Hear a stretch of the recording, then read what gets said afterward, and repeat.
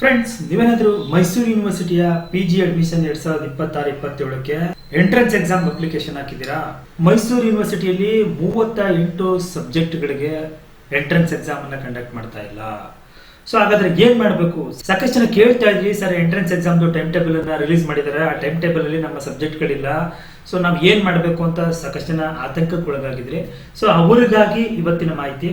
So ಯಾಕೆ ನಿಮ್ಮ ಕೆಲವೊಂದು ಸಬ್ಜೆಕ್ಟ್ಗಳಲ್ಲಿ ಅಥವಾ ಕೆಲವೊಂದು 38 ಮಾಸ್ಟರ್ ಡಿಗ್ರಿ ಸಬ್ಜೆಕ್ಟ್ಗಳಲ್ಲಿ ಮೈಸೂರು ಯೂನಿವರ್ಸಿಟಿ ಯಾಕೆ ಎಂಟ್ರೆನ್ಸ್ ನಡೆಸ್ತಾ ಇಲ್ಲ, ಮತ್ತೆ ನೀವು ಎಂಟ್ರೆನ್ಸ್ ನಡೆಸಲಿಲ್ಲ ಅಂದ್ರೆ ಮತ್ತೆ ಹೇಗೆ PGಗೆ ನೀವು ಅಡ್ಮಿಷನ್ ಅನ್ನ ತಗೊಳ್ಳೋದಕ್ಕೆ ಸಾಧ್ಯ? ಈ ಎರಡಕ್ಕೂ ಆನ್ಸರ್ ನ ಕೊಡುವಂತ ಉದ್ದೇಶದಿಂದ ಇವತ್ತಿನ ವಿಡಿಯೋನ ಮಾಡ್ತಿದ್ದಾರೆ ಸ್ನೇಹಿತರೆ. ಸೊ ನೀವು ಇದೇ ಫಸ್ಟ್ ಟೈಮ್ ನಮ್ಮ ಚಾನಲ್ ನೋಡ್ತಾ ಇದ್ರೆ ಚಾನಲ್ ಸಬ್ಸ್ಕ್ರೈಬ್ ಮಾಡ್ಕೊಳ್ಳಿ, ಹಾಗೆ ವಿಡಿಯೋ ಒಂದು ಲೈಕ್ ನ ಕೊಡಿ ಅಂತ ಹೇಳ್ತಾ, ಮೈಸೂರು ಯೂನಿವರ್ಸಿಟಿ 2026-27ನೇ ಸಾಲಿಗೆ ಏನು ಪೋಸ್ಟ್ ಗ್ರಾಜುಯೇಷನ್ ಅಡ್ಮಿಷನ್ಗೆ ಆನ್ಲೈನ್ ಎಂಟ್ರೆನ್ಸ್ ಎಕ್ಸಾಮ್ಗೆ ಆನ್ಲೈನ್ ಅರ್ಜಿಗಳನ್ನ ಕಾಲ್ ಮಾಡಿತ್ತು. ಸೊ ಸಾಕಷ್ಟು ಟೈಮ್ ಅನ್ನ ಕೊಟ್ಟಿತ್ತು, ಅಪ್ಲೈನ ಮಾಡಿದ್ರಿ. ನೋಡಿ, ಆ ಎಲ್ಲ ಕೋರ್ಸ್ಗಳಿಗೂ entrance examination is compulsory for all post graduate degree programs for all candidate except foreign national ಅಂತ ಹೇಳಿತ್ತು. ಇವಾಗ ಏನಾಗಿದೆ ಅಂತ ಹೇಳಿದ್ರೆ, ಸೊ ನೀವು ಇಲ್ಲಿ ನೋಡ್ತಿದ್ದೀರಾ, ಈ ಒಂದು ಎಂಟ್ರೆನ್ಸ್ ಎಕ್ಸಾಮ್ ಟೈಮ್ ಟೇಬಲ್ ನ ರಿಲೀಸ್ ಮಾಡಿದರೆ 31 ಮತ್ತೆ 1ನೇ ತಾರೀಕು ಅಷ್ಟೇ, 2 ದಿನಗಳ ಕಾಲ ಈ ಒಂದು ಎಂಟ್ರೆನ್ಸ್ ಎಕ್ಸಾಮ್ ನಡೆಸ್ತಾ ಇದ್ದಾರೆ. ಅದರಲ್ಲೂ ಗ್ರೂಪ್ 1 ಗಿದೆ, ಗ್ರೂಪ್ 2 ಗಿಲ್ಲ, ಗ್ರೂಪ್ 3 ಗಿದೆ, ಮತ್ತೆ ಗ್ರೂಪ್ 4 ಗಿದೆ ಸ್ನೇಹಿತರೆ. ಸೊ ಅದನ್ನ ಹೊರತುಪಡಿಸಿ ಸೊ ಹೆಚ್ಚು ಕಮ್ಮಿ 38 ಸಬ್ಜೆಕ್ಟ್ಗಳಿಗೆ ಎಂಟ್ರೆನ್ಸ್ ಎಕ್ಸಾಮ್ ಅನ್ನು ಕಂಡಕ್ಟ್ ಮಾಡ್ತಾ ಇಲ್ಲ. ಸೊ ನೋಡಿ, ಇಲ್ಲಿ ಕೆಳಗಡೆ ಕೊಟ್ಟಿದ್ದಾರೆ. So entrance exam will not be conducted for the following programmes. ಯಾವೆಲ್ಲ ಮಾಸ್ಟರ್ ಡಿಗ್ರಿ ಕೋರ್ಸ್ಗಳಿಗೆ ಎಂಟ್ರೆನ್ಸ್ ಎಕ್ಸಾಮ್ ಅನ್ನ ಕಂಡಕ್ಟ್ ಮಾಡ್ತಾ ಇಲ್ಲ ಅಂತ ಹೇಳ್ತೀನಿ. ಯಾಕೆಂದ್ರೆ ಕೆಲವರು ನಮ್ಮ ಸಬ್ಜೆಕ್ಟ್ ಮಾತ್ರ ಇಲ್ಲ, ಬೇರೆಯವ್ರಿಗೆ ಇದೆಯೋ ಅಂತ ಅನ್ಕೊಂಡಿದ್ದೀರಾ ಸ್ಟೂಡೆಂಟ್ಸ್ಗಳು. 38 ಸಬ್ಜೆಕ್ಟ್ಗಿಲ್ಲ.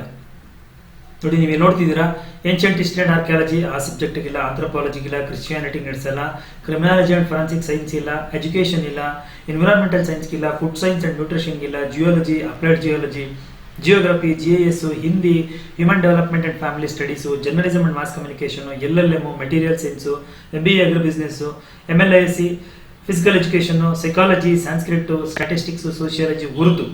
ಅಷ್ಟಲ್ಲದೆ ಗ್ರೂಪ್ 2 ನಲ್ಲಿ ಬರ್ತಕ್ಕಂಥ ಸೋಷಿಯಲ್ ಸೈನ್ಸ್ ಅಲ್ಲಿ ಬರುವ 15 ಸಬ್ಜೆಕ್ಟ್ಗಳಿಗೂ ಕೂಡ ನಡೆಸ್ತಾ ಇಲ್ಲ. ಬನ್ನಿ ಅದನ್ನು ನೋಡೋಣ. ಅದ್ಯಾವುದು ಅಂತ ಹೇಳಿದ್ರೆ, Ambedkar studies, Buddhist studies, social justice and empowerment, cooperative management, development studies, South Indian studies, linguistic, philosophy, folklore, Jainology and Prakrit, west Asian studies, peace and conflict resolution, women studies, rural development, public administration.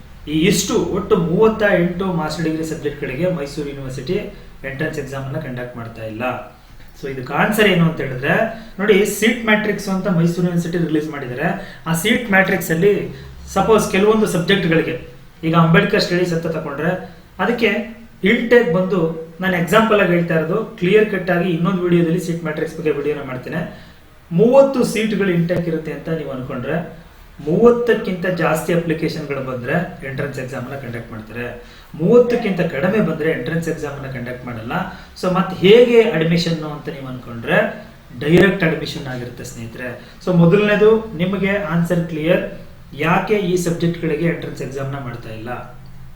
Very clear, intake ಗಿಂತ ಕಡಿಮೆ application ಗಳು ಬಂದಿತ್ತು ಅಂತ ಹೇಳಿದ್ರೆ ನಿಮಗೆ advantage ಅದು. ಯಾಕೆಂದ್ರೆ entrance exam ಅನ್ನ ಬರೆದು ಅದರಲ್ಲಿ ಬರುವಂತ ಮಾರ್ಕ್ಸ್ ಅನ್ನ ನೀವು ಅಪ್ಲಿಕೇಶನ್ ಹಾಕುವಾಗ ಎಂಟ್ರಿ ಮಾಡಿ ಅದು 50% ಮತ್ತೆ ನಿಮ್ಮ ಡಿಗ್ರಿಯ 50% ಮಾರ್ಕ್ಸ್ ಎಲ್ಲ ತಗೋತಾ ಇದ್ರು, ಅವಾಗ ಕಷ್ಟ ಆಗ್ತಿತ್ತು.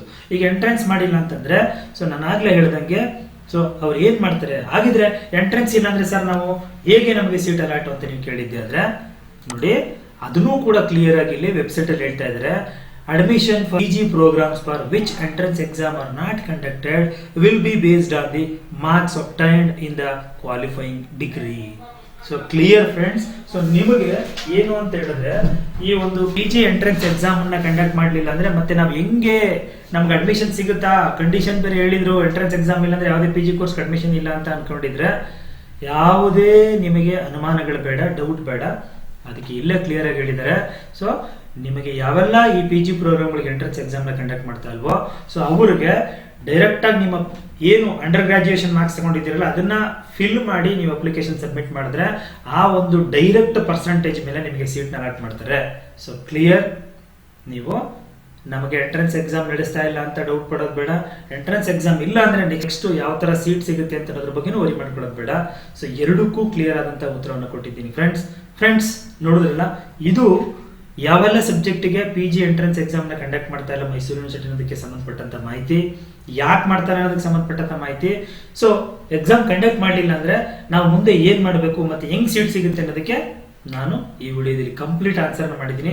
ಏನಾದ್ರು ಡೌಟ್ ಇತ್ತು ಅಂತ ಹೇಳಿದ್ರೆ ನೀವು ಕಮೆಂಟ್ ಅಲ್ಲಿ ಕಮೆಂಟ್ ನ ಮಾಡಿ, ನಿಮ್ಮ ಡೌಟ್ಗೆ ಆನ್ಸರ್ ಮಾಡ್ತೀನಿ ಅಂತ ಹೇಳ್ತಾ ಫ್ರೆಂಡ್ಸ್, ಮಾಹಿತಿ ಉಪಯುಕ್ತವಾಗಿದ್ರೆ ವಿಡಿಯೋ ಒಂದು ಲೈಕ್ ನ ಕೊಟ್ಟು ಫ್ರೆಂಡ್ಸ್ ಮತ್ತೆ ಫ್ಯಾಮಿಲಿಗೆ ಶೇರ್ ಮಾಡಿ. ಮುಂದಿನ ವಿಡಿಯೋದಲ್ಲಿ ಮತ್ತೊಂದು ಹೊಸ ವಿಷಯದೊಂದಿಗೆ ಮುಂದೆ ಬರ್ತೀನಿ. Thank you, by.